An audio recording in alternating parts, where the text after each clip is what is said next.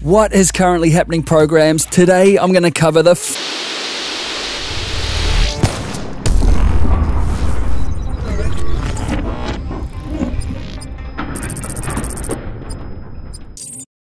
Whenever I travel by air, I think, what if the plane lurches into an incorrectable nosedive? Or what if my stomach doesn't take to the in-flight curry and the single-ply toilet paper isn't enough material to contain the rage? Luckily, You're Gonna Fucking Die Airlines supplied adequate reading material to cover both of those situations. My other gripe is the restrictive space limitations of aircraft cabins in general. I'm a pigeon, and I should be able to spread my wings and scab for crumbs when I want. So being able to lean outside the aircraft on a whim and check the structural integrity of my hovering coffin was welcomed with open wings. Then the worst happened. The curry kicked in.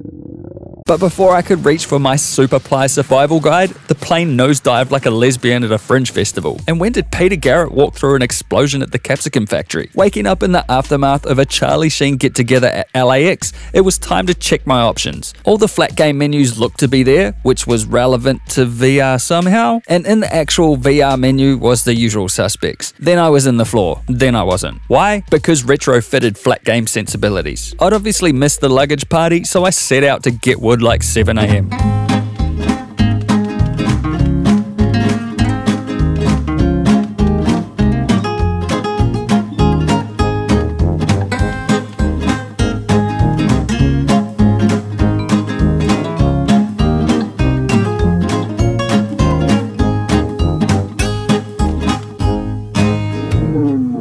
Okay, so chopping mechanics aren't exactly spot on, but I could see this being beneficial if you had sore arms from Beat Saber.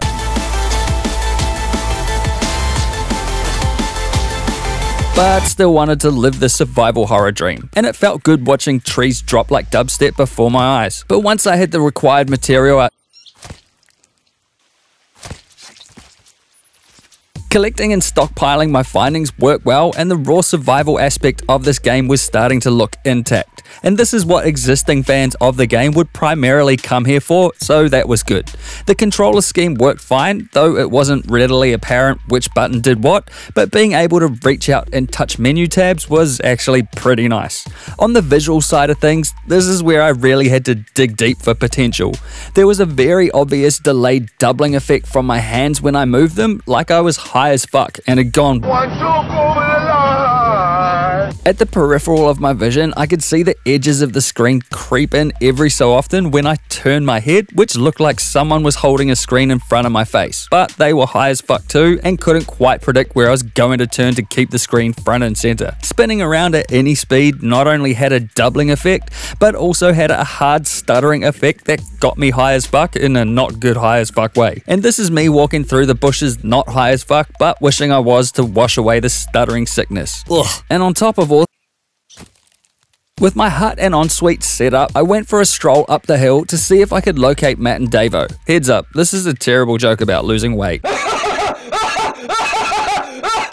You guys. Then after a little sightseeing and little to no effort to feed myself, I was captured by giant rabbits. The plot thinnens. Being a master of games like Lara Croft, I knew this was going to be a breeze, so I conveniently escaped somehow in a third-person perspective, which was actually pretty cool. The caves looked grim and deathly, but the ambient sound was lacking and I didn't get any real sort of immersion because of that. I met some naked cave dwellers and soon found that holding out my axe and wiggling it around a bit was enough to deter. Then I turned around to find someone had given me the fingers, so that being the final straw, I went on a rampage.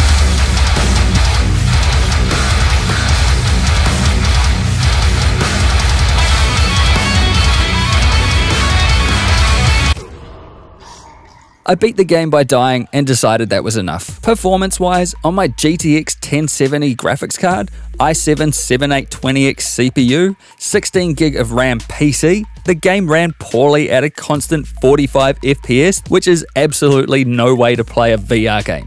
ASW is a great buffer for when you need it, but 100% of the time, no. In comparison, I can run some heavy mods and set Skyrim VR to high in-game settings and super sample on top of that, and it's buttery smooth. The Forest VR on the other hand was more like chunky milk abrasive. So what did I like about the game? Nope, the water. Seriously, walking into the sea and floating was for some reason insanely immersive. And I'm not even joking. I've lived at or near a beach for most of my life, and I totally got the weirdest floating sensation from this, and straight up wanted to paddle with the waves. Honestly, fuck all that noise. Call this game the water, shallow sea paddle simulator, and I'm in. The Forest is a fantastic game, as the Steam reviews will tell you, but the Forest VR is a huge work in progress, and definitely a game for existing die-hard Forest fans who want to support the devs and their work as it evolves, which, all jokes aside, is commendable. And I love it when a community comes together like that. But while this game does have potential, and lots of it, a polished product will take time. Whether you want to invest in that is up to you. For the rest of us filthy Forest casuals just looking for a good VR time though, I'm giving the game a VR beta score of 5 out of 10. Check your priority list before going down to the Forest. When stacked up against something like From Other Suns beta, or Skyrim's transition from flat to VR, this is one of the rare occasions where I think the flat game is more immersive right now.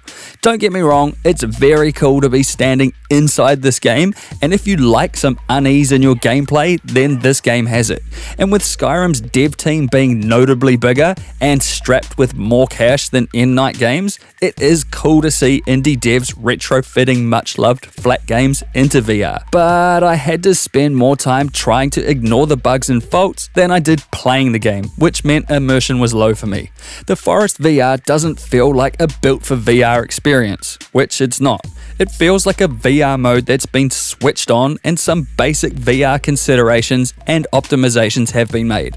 And while there have been some fast patches from the devs, which is brilliant by the way, and the fact that they are supporting VR at all is ridiculously good, right now the overall execution and subsequent experience is subpar, in my opinion. Though I would say watch closely this space. And that's it for this review. You can help support this channel by grabbing exclusive rewards on Patreon, and if you like this video, then crush that like button, have your say in the comments below, and hit the XO logo to subscribe if you wanna. I'll see you in the next one. Peace!